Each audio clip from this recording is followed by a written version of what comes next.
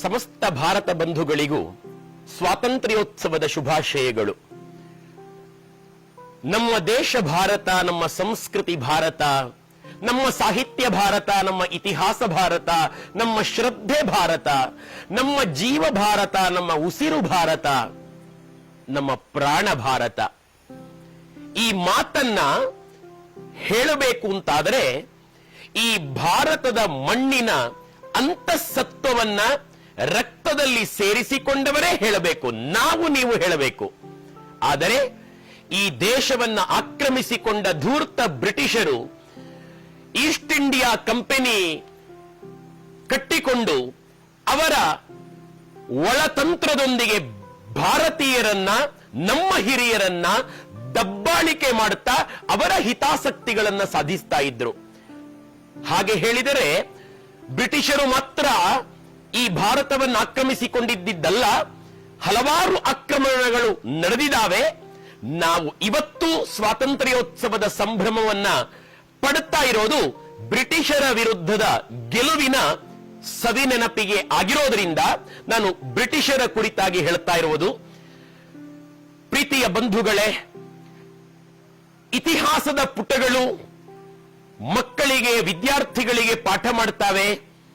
1857ರಿಂದ ಬ್ರಿಟಿಷರ ವಿರುದ್ಧದ ಸ್ವಾತಂತ್ರ್ಯ ಹೋರಾಟ ಪ್ರಾರಂಭಗೊಂಡು 1947ರ ತನಕ ಹೋರಾಟ ನಡೆಯಿತು. 47ರ ಆಗಸ್ಟ್ 14ರ ಮಧ್ಯರಾತ್ರಿ ಅಥವಾ 15ನೇ ತಾರೀಕು ಈ ನೆಲವನ್ನ ಬ್ರಿಟಿಷರು ಬಿಟ್ಟು ನಮಗೆ ಸ್ವಾತಂತ್ರ್ಯ ಬಂತು. ಸರಿಸುಮಾರು ಸಾವಿರಾರು ಕಿಲೋಮೀಟರ್ ದೂರದ ಆ ವ್ಯಾಪಾರದ ಕಂಪನಿ ನಮ್ಮ ಭಾರತದಿಂದ ತೊಲಗಿತು ಅಂತ ನಾವೆಲ್ಲರೂ ಓದ್ತೇವೆ, ವಿದ್ಯಾರ್ಥಿಗಳು ಓದ್ತಾರೆ. ಆದರೆ ನನಗೆ ಕೆಲವು ವರ್ಷಗಳ ಹಿಂದಷ್ಟೇ ಗೊತ್ತಾಯಿತು, 1857ಕ್ಕಿಂತಲೂ ಮೊದಲೊಂದು ಸ್ವಾತಂತ್ರ್ಯ ಹೋರಾಟ ನಡೆದಿದೆ ಅಂತ. ಸ್ವಾತಂತ್ರ್ಯೋತ್ಸವದ ಈ ದಿನದಂದು ಆ ಹೋರಾಟದ ಬಗ್ಗೆ ಒಂದೆರಡು ಮಾಹಿತಿಗಳನ್ನ ಕೊಡೋದು ನನಗೆ ಔಪಚಾರಿಕ ಅಂತಲೇ ಅನಿಸ್ತದೆ. ನನಗೆ ನಮ್ಮೂರಿನ ಹೋರಾಟಗಾರರು ಅಂತ ಹೇಳುವ ಒಂದು ಪ್ರಾದೇಶಿಕ ಮೋಹ ಅಂತ ಭಾವಿಸಬಾರದು. ಎಲ್ಲಿ ಯಾವ ಪ್ರದೇಶದಲ್ಲಿ, ಯಾವ ರಾಜ್ಯದಲ್ಲಿ ಬ್ರಿಟಿಷರ ವಿರುದ್ಧ ಹೋರಾಟ ನಡೆದಿದ್ರೂ ಕೂಡ ಅದು ನಮ್ಮದೇ ಹೋರಾಟ. ಅದು ಆ ಹೋರಾಟಗಾರರೆಲ್ಲರೂ ನಮ್ಮವರೇ. ಉತ್ತರ ಭಾರತ ಇರಬಹುದು, ದಕ್ಷಿಣ ಭಾರತ ಇರಬಹುದು, ಎಲ್ಲಿ ನಡೆದ ಹೋರಾಟವೂ ಕೂಡ ಅದು ನಮ್ಮದೇ ಅಂತ ಪರಿಗಣಿಸಿ ಕರ್ನಾಟಕದ ಈಗಿನ ದಕ್ಷಿಣ ಕನ್ನಡ ಜಿಲ್ಲೆ ಈ ಪ್ರದೇಶದಲ್ಲೊಂದು ಹೋರಾಟ ನಡೆದಿತ್ತು. ಅದನ್ನೂ ಕೂಡ ಸಮಸ್ತ ಭಾರತೀಯರು ನಮ್ಮದೇ ಹೋರಾಟ, ನಮ್ಮವರೇ ಆ ಹೋರಾಟಗಾರರು ಅಂತ ಪರಿಗಣಿಸಬೇಕು ಅನ್ನುವ ದೃಷ್ಟಿಯಿಂದ ಮತ್ತು ಸರಕಾರಗಳಿಗೆ ಇಲ್ಲಿನ ಹೋರಾಟದ ಒಂದಷ್ಟು ತುಣುಕುಗಳನ್ನ ತಲುಪಿಸಿ ಆ ಹೋರಾಟಗಾರರಿಗೆ ಮತ್ತು ಆ ಹೋರಾಟಕ್ಕೆ ವಿಶೇಷವಾದಂತಹ ಗೌರವಗಳು ಸಲ್ಲಬೇಕು ಅಂತ ಹೇಳುವ ದೃಷ್ಟಿಯಿಂದ ಮತ್ತು ವಿಶ್ವವಿದ್ಯಾನಿಲಯಗಳಲ್ಲಿ ಇದಕ್ಕೊಂದು, ಈ ಹೋರಾಟಕ್ಕೊಂದು ಅಧ್ಯಯನ ಕೇಂದ್ರ ಸ್ಥಾಪನೆ ಆಗುವುದರ ಮೂಲಕ ಒಂದು ವಿಶೇಷವಾದಂತಹ ಮಾನ್ಯತೆ ಈ ಹೋರಾಟಕ್ಕೆ ಸಲ್ಲಬೇಕಾಗಿರೋದ್ರಿಂದ ಈ ಕುರಿತು ಈ ಸಂದರ್ಭದಲ್ಲಿ ನಿಮ್ಮ ಮುಂದೆ ವಿಪುಲ ನ್ಯೂಸ್ ಮೂಲಕ ಒಂದಷ್ಟು ಮಾಹಿತಿಗಳನ್ನ ಹಂಚಿಕೊಳ್ಳಿಕ್ಕೆ ಇಷ್ಟಪಡ್ತಾ ಇದ್ದೇನೆ. ಪ್ರೀತಿಯ ಬಂಧುಗಳೇ, ನಮ್ಮ ಈ ಜಿಲ್ಲೆ ಏನಿದೆ, ಕರ್ನಾಟಕದ ದಕ್ಷಿಣ ಕನ್ನಡ ಜಿಲ್ಲೆ ಏನಿದೆ, ಮೊದಲು ದಕ್ಷಿಣ ಕನ್ನಡ ಜಿಲ್ಲೆ ಮತ್ತು ಉತ್ತರ ಕನ್ನಡ ಜಿಲ್ಲೆ ಅಂತ ಹೇಳುವ ವಿಭಾಗ ಇರಲಿಲ್ಲ. ಈಗಂತೂ ದಕ್ಷಿಣ ಕನ್ನಡವೇ ವಿಭಜನೆಗೊಂಡಿದೆ. ಉಡುಪಿ ಬೇರೆ ಆಗಿದೆ, ಮಂಗಳೂರು ಬೇರೆ ಆಗಿದೆ, ದಕ್ಷಿಣ ಕನ್ನಡ ಬೇರೆ ಆಗಿದೆ. ಅವತ್ತು ನಮ್ಮ ಸುಳ್ಯದಿಂದ ಹಿಡಿದು ಈ ಕಡೆ ಕಾಸರಗೋಡು ಮತ್ತು ಉತ್ತರ ಕನ್ನಡದ ಕೊನೆಯ ತನಕ, ತುತ್ತ ತುದಿಯ ತನಕ ಒಂದೇ ಜಿಲ್ಲೆಯಾಗಿತ್ತು. ಈ ಜಿಲ್ಲೆಯ ನಮ್ಮ ಪುತ್ತೂರು ಮತ್ತು ಸುಳ್ಯದ ಪ್ರಾಂತ ಏನಿದೆ, ಈ ಭಾಗ ಏನಿದೆ, ಇದು ಕನ್ನಡ ಜಿಲ್ಲೆ ಆಗಿರಲಿಲ್ಲ, ಕೆನರಾ ಜಿಲ್ಲೆ ಆಗಿರಲಿಲ್ಲ, ಕೊಡಗು ರಾಜ್ಯ ಆಗಿತ್ತು, ಕೊಡಗು ಜಿಲ್ಲೆ ಆಗಿತ್ತು. ಕೊನೆಯ ರಾಜ, ಕೊಡಗಿನ ಕೊನೆಯ ರಾಜ ಚಿಕ್ಕವೀರ ರಾಜ ಅಂತ ಹೇಳಿ ಅವನ ಆಡಳಿತ ವೈಫಲ್ಯದಿಂದಲಾಗಿ, ಅವನ ವಿಕೃತ ಕಾಮ ಮತ್ತು ಅವನ ಹುಚ್ಚಾದ ಆಡಳಿತದಿಂದಲಾಗಿ ಬ್ರಿಟಿಷರು ಅವನನ್ನ ಮೋಸಗೊಳಿಸಿ ಕೊಡಗನ್ನ ವಶಪಡಿಸಿಕೊಳ್ತಾರೆ. ಅಲ್ಲಿಯ ತನಕ ನಮ್ಮ ಪುತ್ತೂರು, ಸುಳ್ಯ ಹಾಗೆಯೇ ಕೊಡಗು ಭಾಗಗಳಿಗೆ ಕಂದಾಯ ವ್ಯವಸ್ಥೆ ಜಾರಿಯಲ್ಲಿ ಇರಲಿಲ್ಲ. ಅಂದ್ರೆ ಒಬ್ಬ ರೈತ ಅವನ ಭೂಮಿಗೆ ಅನುಗುಣವಾಗಿ ಭೂಮಿ ಎಷ್ಟಿದೆಯೋ ಅದರ ಮಾನದಂಡಕ್ಕೆ ಅನುಗುಣವಾಗಿ ಬ್ರಿಟಿಷ್ ಸರ್ಕಾರಕ್ಕೆ ಕಂದಾಯವನ್ನ ಕಟ್ಟಬೇಕಿತ್ತು. ಕೊಡಗಿನ ರಾಜನಿಗೂ ಬ್ರಿಟಿಷ್ ಸಾಮ್ರಾಜ್ಯಶಾಹಿಗೂ ಸ್ನೇಹ ಸಂಬಂಧ ಇದ್ದಿರೋದ್ರಿಂದ ಕೊಡಗಿನ ರಾಜನ ವ್ಯಾಪ್ತಿಯ ರೈತರು ಇದರಿಂದ ಮುಕ್ತರಗೊಂಡಿದ್ದರು. ಕಂದಾಯವನ್ನ ಕಟ್ಟಬೇಕಾಗಿರಲಿಲ್ಲ. ಈಗ 1834 ಹೊತ್ತಿಗೆ ಈ ಪ್ರಾಂತವನ್ನ ಕೊಡಗಿನಿಂದ ಬೇರ್ಪಡಿಸಿ ಕೆನರಾ ಜಿಲ್ಲೆಗೆ ಜೋಡಿಸ್ತಾರೆ ಬ್ರಿಟಿಷರು. ಕೊಡಗನ್ನ ತಾವು ವಶಪಡಿಸಿಕೊಳ್ತಾರೆ. ಲಿಂಗಾಯತ ವಂಶಸ್ಥ ಆ ರಾಜ ಮನೆತನದ ಹಿಡಿತದಿಂದ ಬ್ರಿಟಿಷರಿಗೆ ಕೊಡಗು ಸಿಕ್ಕಿತು. ಹಾಗೆ ಸುಳ್ಯ, ಪುತ್ತೂರು ಈ ತಾಲೂಕೇನಿದೆ, ಈ ಪ್ರಾಂತ ಕೆನರಾ ಜಿಲ್ಲೆಗೆ ಜೋಡಿಸಲ್ಪಟ್ಟಿತು. ಕೆನರಾ ಜಿಲ್ಲೆಯಲ್ಲಿ ಕಂದಾಯ ವ್ಯವಸ್ಥೆ ಇತ್ತು. ಈಗ ಸುಳ್ಯ, ಪುತ್ತೂರಿನ ಜನರು ಕೂಡ ಕಂದಾಯವನ್ನ ಕಟ್ಟಬೇಕಾಗಿತ್ತು. ಪ್ರೀತಿಯ ಬಂಧುಗಳೇ, ನಾನು ಹೇಳಿದೆ ಈ ಕಂದಾಯ ವ್ಯವಸ್ಥೆಯೂ ಕೂಡ ಸರಿಯಾಗಿರಲಿಲ್ಲ, ಅದು ನ್ಯಾಯಯುತವಾಗಿರಲಿಲ್ಲ. ಕಾರಣ, ಉದಾಹರಣೆಗೆ ಒಬ್ಬನಿಗೆ ರೈತನಿಗೆ 20 ಎಕರೆ ಜಾಗ ಇದೆ, ಭೂಮಿ ಇದೆ ಅಂದ್ರೆ ಅವನಿಗೆ ಕೃಷಿ ಮಾಡ್ಲಿಕ್ಕೆ ಸಾಧ್ಯ ಆಗೋದು 5 ಎಕರೆಗಳಷ್ಟು ಜಾಗದಲ್ಲಿ ಮಾತ್ರ. ಯಾಕೆಂದ್ರೆ ಸಮೃದ್ಧವಾದ ನೀರು ಎಷ್ಟಿದೆಯೋ ಆ ನೀರಿಗೆ ಅನುಗುಣವಾಗಿ ಮತ್ತು ಮಣ್ಣಿನ ಫಲವತ್ತತೆಗೆ ಅನುಗುಣವಾಗಿ ಕೃಷಿ ಮಾಡಬೇಕಾಗುತ್ತದೆ. ಆದರೆ ಕಂದಾಯವನ್ನ ಹೇರುತ್ತಾರೆ ಬ್ರಿಟಿಷರು. 20 ಎಕರೆಗಳಷ್ಟು ಕಾಲ ಕೃಷಿ ಇದೆ ಅಂತಲೇ ಮಾನ್ಯ ಮಾಡಿ ವಿಪರೀತ ಕಂದಾಯವನ್ನ ಹಾಕಲಾಗಿತ್ತು. ಆದದ್ರಿಂದ ಬೆಳೆ ಬೆಳೆಯುವ ರೈತ ಬೀದಿಗೆ ಬರಬೇಕಾದಂತ ಪರಿಸ್ಥಿತಿ ಒಂದು ಕಡೆ ಬಂತು. ಇದರ ಬಿಸಿ ತಟ್ಟಿತು ನಮ್ಮ ಸುಳ್ಯ, ಪುತ್ತೂರು ಜನರಿಗೆ. ಇದೇ ಸಮಯದಲ್ಲಿ ಚಿಕ್ಕವೀರ ರಾಜನನ್ನ ಮೋಸಗೊಳಿಸಿ ಕೊಡಗನ್ನ ಬ್ರಿಟಿಷರು ವಶಪಡಿಸಿಕೊಂಡಿದ್ದಾರೆ ಅನ್ನುವ ಕಾರಣದಿಂದ, ರಾಜಪ್ರೇಮದಿಂದ ಅಪರಂಪರ ಅಂತ ಹೇಳುವ ಒಬ್ಬ ಜಂಗಮ ಒಂದು ಬ್ರಿಟಿಷರ ವಿರುದ್ಧ ಹೋರಾಟ ಮಾಡಬೇಕು ಅಂತ ತೀರ್ಮಾನ ಮಾಡ್ತಾನೆ. ಅವನು ಹೇಳ್ಕೊಳ್ತಾನೆ, ತಾನು ಕೊಡಗಿನ ರಾಜ ಲಿಂಗರಾಜನ ಅಣ್ಣ ಅಪ್ಪಾಜಿಯ ಮೊದಲ ಮಗ ವೀರಪ್ಪ ಅಂತ. ಅದನ್ನ ಬ್ರಿಟಿಷರು ನಂಬ್ತಾರೆ. ಆದರೆ 1835 ಇಸವಿಯಲ್ಲಿ ಈತ ರಾಜವಂಶಸ್ಥನಲ್ಲ, ಇವನು ನಮಗೆ ಮೋಸ ಮಾಡ್ತಾ ಇದ್ದಾನೆ ಅಂತ ಹೇಳಿ ಗೊತ್ತಾಗಿ ಅವನನ್ನ ಜೈಲಿನಲ್ಲಿ ಬಂಧಿಸಿಡುತ್ತಾರೆ. ಈಗ ಇನ್ನೊಬ್ಬ ಕಲ್ಯಾಣ ಸ್ವಾಮಿ ಅಂತ ಹೇಳಿ ಅವನು ಮತ್ತೆ ತಾನು ಅಪ್ಪಾಜಿಯ 2ನೇ ಮಗ ನಂಜುಂಡಪ್ಪ ಅಂತ ಹೇಳಿಕೊಂಡು ಮತ್ತೆ ರೈತರನ್ನ ಸಂಘಟಿಸಿ ಧೂರ್ತ ಬ್ರಿಟಿಷರ ವಿರುದ್ಧ ಟೊಂಕ ಕಟ್ಟಿ ನಿಲ್ತಾನೆ. ಅವನನ್ನು ಕೂಡ ಒಂದಷ್ಟು ದಿನಗಳ ಬಳಿಕ ಇವನು ಮೋಸಗೊಳಿಸ್ತಾ ಇದ್ದಾನೆ ಅಂತ ಹೇಳಿ ಅವನನ್ನ ಬಂಧಿಸ್ತಾರೆ ಬ್ರಿಟಿಷರು. ಆಗ ಇಲ್ಲಿ ಸುಳ್ಯ, ಪುತ್ತೂರಿನ ರೈತರು ಎದ್ದು ನಿಂತು ಸ್ವಾಭಿಮಾನದಿಂದ ಬ್ರಿಟಿಷರನ್ನ ಅವರ ರುಂಡಗಳನ್ನ ಚೆಲ್ಲಾಡಬೇಕು ಅಂತ ತೀರ್ಮಾನ ಮಾಡಿಯಾಗಿತ್ತು. ಈ ಕಾರಣಕ್ಕಾಗಿ ಇನ್ನೊಬ್ಬ ವ್ಯಕ್ತಿಯನ್ನ, ಪುಟ್ಟಬಸಪ್ಪ ಅಂತ ಹೇಳುವ ವ್ಯಕ್ತಿಯನ್ನ ಇವನೇ ಕಲ್ಯಾಣ ಸ್ವಾಮಿ ಅಂತ ಹೇಳಿ ನಂಬಿಸಿ ಅವನ ನೇತೃತ್ವದಲ್ಲಿ ರೈತರ ಪಡೆಯನ್ನ ಕಟ್ತಾ ಹೋಗ್ತಾರೆ. ತುಂಬಾ ಅಪರೂಪದ ಸಂಗತಿ ಇದು, ಕುತೂಹಲಕಾರಿ ಸಂಗತಿ ಇದು. ಈ ಕಲ್ಯಾಣ ಸ್ವಾಮಿ ಕೊಡಗಿನಿಂದ ಸುಬ್ರಹ್ಮಣ್ಯ, ಕುಕ್ಕೆ ಸುಬ್ರಹ್ಮಣ್ಯದ ತನಕ ಸಕಲೇಶಪುರದ ಆ ಬಿಸಿಲೆ ಘಾಟಿ, ಈ ಕಡೆ ಪರಿಚಯ ಇರುವವರಿಗೆ ಗೊತ್ತಾಗ್ತದೆ ನಾನು ಹೇಳ್ತಾ ಇರುವಂತಹ ಮಾರ್ಗ. ಈ ಮಾರ್ಗವಾಗಿ ಬಿಸಿಲೆ ಘಾಟಿಯ ಮೂಲಕ ಕುಕ್ಕೆ ಸುಬ್ರಹ್ಮಣ್ಯಕ್ಕೆ ಇಳಿದು ಬರುತ್ತಾನೆ. ಕುಕ್ಕೆ ಸುಬ್ರಹ್ಮಣ್ಯದ ಆಡಳಿತ ಮುಕ್ತೇಸರರಾಗಿದ್ದ ಕೂಜುಗೋಡು ಪಟೇಲರ ಒಂದು ಮಾರ್ಗದರ್ಶನವನ್ನ ಯಾಚಿಸಿ ಅವರ ಸಲಹೆ ಸಹಕಾರಗಳೊಂದಿಗೆ ಆತ ಸುಳ್ಯ ಅಜ್ಜಾವರಕ್ಕೆ ಬರ್ತಾನೆ. ಅಜ್ಜಾವರದಲ್ಲಿ ರೈತರನ್ನ ಸಂಘಟಿಸ್ತಾನೆ.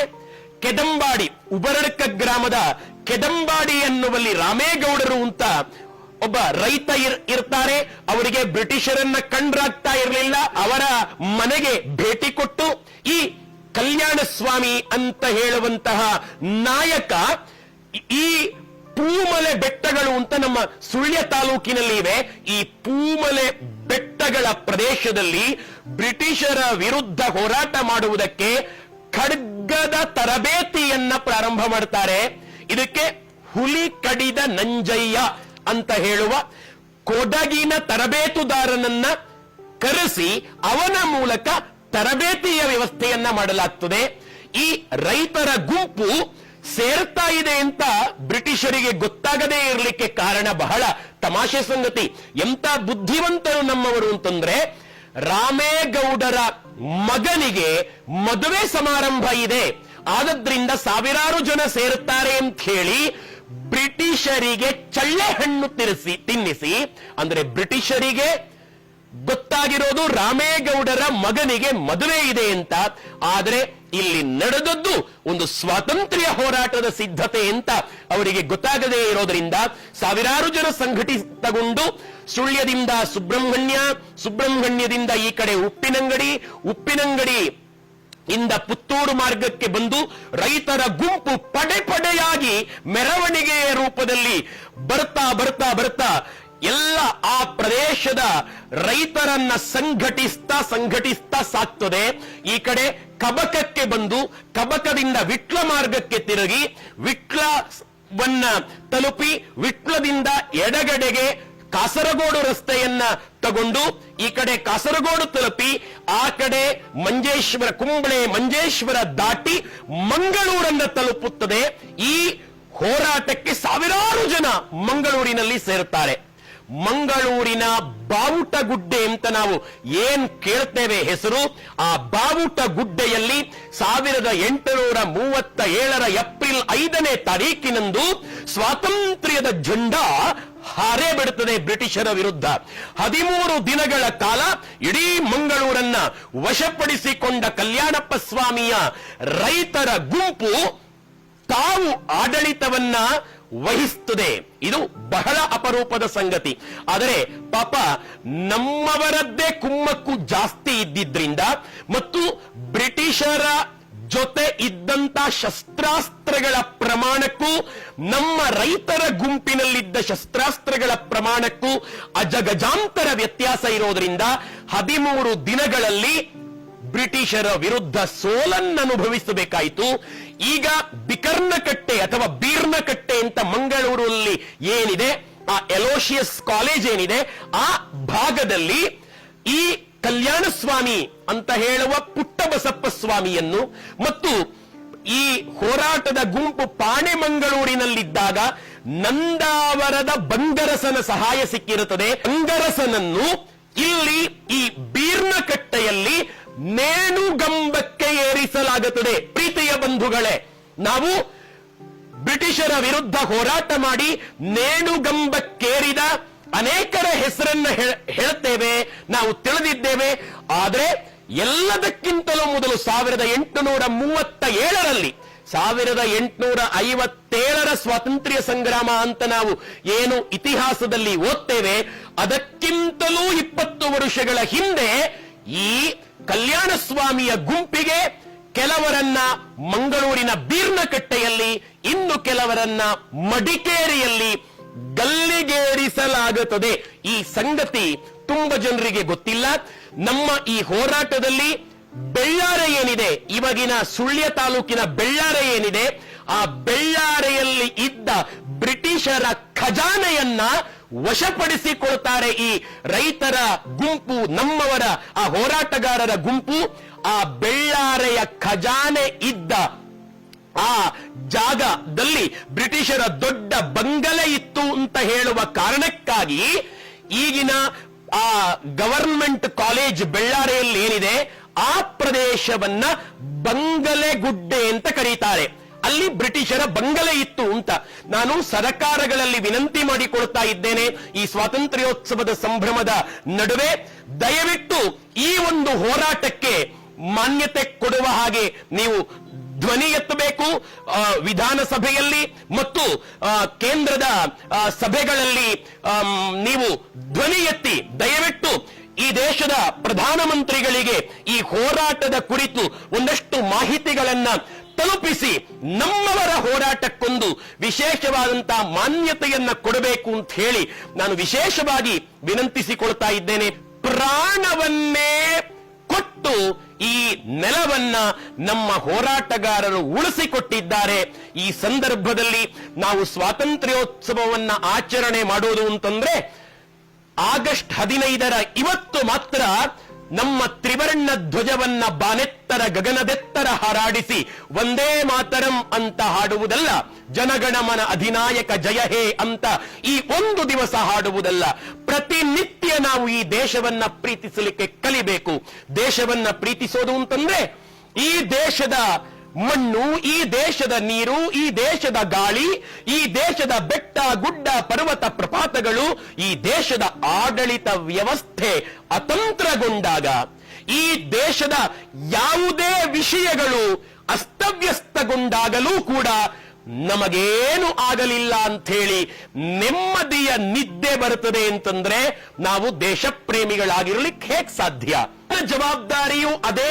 ನಾನು ಕೂಡ ಈ ದೇಶದ ಪ್ರತಿಯೊಂದು ಕಣಕಣಗಳನ್ನ, ಅರಣ್ಯವನ್ನ, ಗಾಳಿಯನ್ನ, ಮಣ್ಣನ್ನ, ಬೆಟ್ಟ ಗುಡ್ಡಗಳನ್ನ, ವ್ಯವಸ್ಥೆಯನ್ನ ಪ್ರೀತಿಸಬೇಕು ಮತ್ತು ಇಡೀ ಸಾರ್ವತ್ರಿಕವಾಗಿ ಎಲ್ಲ ಜಾಗತಿಕ ರಾಷ್ಟ್ರಗಳ ನಡುವೆ ಭಾರತವೂ ಕೂಡ ಹೆಮ್ಮೆಯಿಂದ ಹೇಗೆ ಚಿಕಾಗೋ ಸರ್ವಧರ್ಮ ಸಮ್ಮೇಳನದ ವೇದಿಕೆಯ ಮೂಲಕ ಸ್ವಾಮಿ ವಿವೇಕಾನಂದರು ಭಾಷಣ ಮಾಡಿದಾಗ ಇಡೀ ಜಾಗತಿಕ ರಾಷ್ಟ್ರಗಳ ಪೈಕಿ ಭಾರತದ ಪರಂಪರೆ, ಭಾರತದ ಸಂಸ್ಕೃತಿ ವಿರಾಜಮಾನವಾಯಿತು, ಅದೇ ರೀತಿ ಪ್ರತಿನಿತ್ಯ ಜಾಗತಿಕವಾಗಿ ನಮ್ಮ ರಾಷ್ಟ್ರ ಮಾನ್ಯತೆಯನ್ನ ಪಡೆಯುವಲ್ಲಿ ನಮ್ಮ ಕಾಣಿಕೆಯನ್ನ ಕೊಟ್ಟಾಗ ಮಾತ್ರ ಸ್ವಾತಂತ್ರ್ಯೋತ್ಸವದ ಸಂಭ್ರಮ, ಸ್ವಾತಂತ್ರ್ಯೋತ್ಸವದ ಆಚರಣೆ ಸಾರ್ಥಕ ಅಂತ ಹೇಳುವ ಒಂದು ಕಿವಿಮಾತನ್ನ ಅಥವಾ ಸ್ವಗತ ಅಂತ ಇಟ್ಟುಕೊಳ್ಳಿ. ನೀವು ನನಗೆ ನಾನೇ ಹೇಳಿಕೊಂಡ ಮಾತು ಅಂತ ಹೇಳಿಕೊಳ್ತಾ ಈ ನನ್ನ ಎಲ್ಲ ಮಾತುಗಳನ್ನ ನನ್ನ ಗುರುದೇವರಾದ ವಿವೇಕಾನಂದರ, ಸ್ವಾಮಿ ವಿವೇಕಾನಂದರ ಪವಿತ್ರ ಪದತಲಗಳಲ್ಲಿ,